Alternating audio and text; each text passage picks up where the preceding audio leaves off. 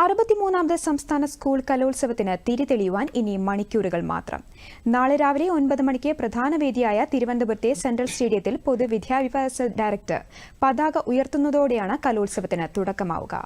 Central സ്റ്റേഡിയത്തിൽ ഒരുക്കിയിട്ടുള്ള ഒന്നാം വേദിയായ MT നിലയിൽ രാവിലെ 10 മണിക്ക് മുഖ്യമന്ത്രി പിണറായി വിജയൻ ഔപചാരിക ഉദ്ഘാടനം നിർവഹിക്കും. പൊതുവിദ്യാഭ്യാസ മന്ത്രി വി ശിവൻകുട്ടി അധ്യക്ഷത വഹിക്കുന്ന ചടങ്ങിൽ പൊതുവിദ്യാഭ്യാസ പ്രിൻസിപ്പൽ സെക്രട്ടറി റാണി ജോർജ് സ്വാഗതം ആശംസിക്കും. മന്ത്രിമാരായ GR Anil, K Rajan, AK Saseendran, Roshy Augustine, KN Balagopal തുടങ്ങി 29 മുഖ്യാതിഥികൾ പങ്കെടുക്കും.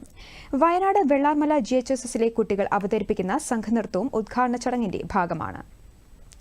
ഉദ്ഘാടന സമ്മേളനത്തിന് ശേഷം ഒന്നാം വേദിയിൽ ഹൈസ്കൂൾ വിഭാഗം പെൺകുട്ടികളുടെ മോഹിനിയാട്ടം മത്സരം നടക്കും. ആദ്യ ദിവസം 24 വേദികളിലായാണ് മത്സരങ്ങൾ നടക്കുക. വിവിധ ജില്ലകളിൽ നിന്ന് കലോത്സവത്തിന് പങ്കെടുക്കുവാനായി കുട്ടികളും അധ്യാപകരും തലസ്ഥാനത്തേക്ക് എത്തിത്തുടങ്ങി.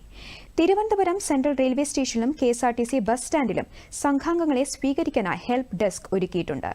കലോത്സവത്തിന് എത്തുന്നവർക്ക് ഗതാഗത സൗകര്യവും ഏർപ്പെടുത്തിയിട്ടുണ്ട്. കലോത്സവത്തിന്റെ രജിസ്ട്രേഷന്റെ ഉദ്ഘാടനം മന്ത്രി വി ശിവൻകുട്ടി നിർവഹിച്ചു. സ്കൂൾ കലോത്സവത്തിലെ വിജയികൾക്ക് സമ്മാനിക്കുവാനുള്ള സ്വർണ്ണ കപ്പ് ഇന്ന് തിരുവനന്തപുരത്തെത്തും.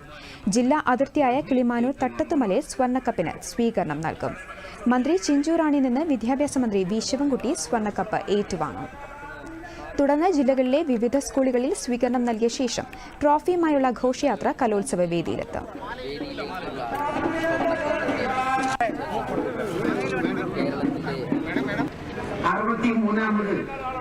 കേരള സ്കൂൾ കലോത്സവത്തിന് തിരിതെളിയുവാൻ പോവുകയാണ്. നമുക്കറിയാം, അതിന് മുന്നോടിയായിട്ട് കഴിഞ്ഞ വർഷത്തെ സ്വർണ്ണക്കപ്പ് നേടിയെടുത്ത കണ്ണൂർ ജില്ലയിൽ നിന്നും ആ സ്വർണ്ണക്കപ്പ് പ്രയാണം ആരംഭിച്ച് ഇന്ന് ചടയമംഗലത്ത് എത്തിച്ചേർന്നിരിക്കുകയാണ്.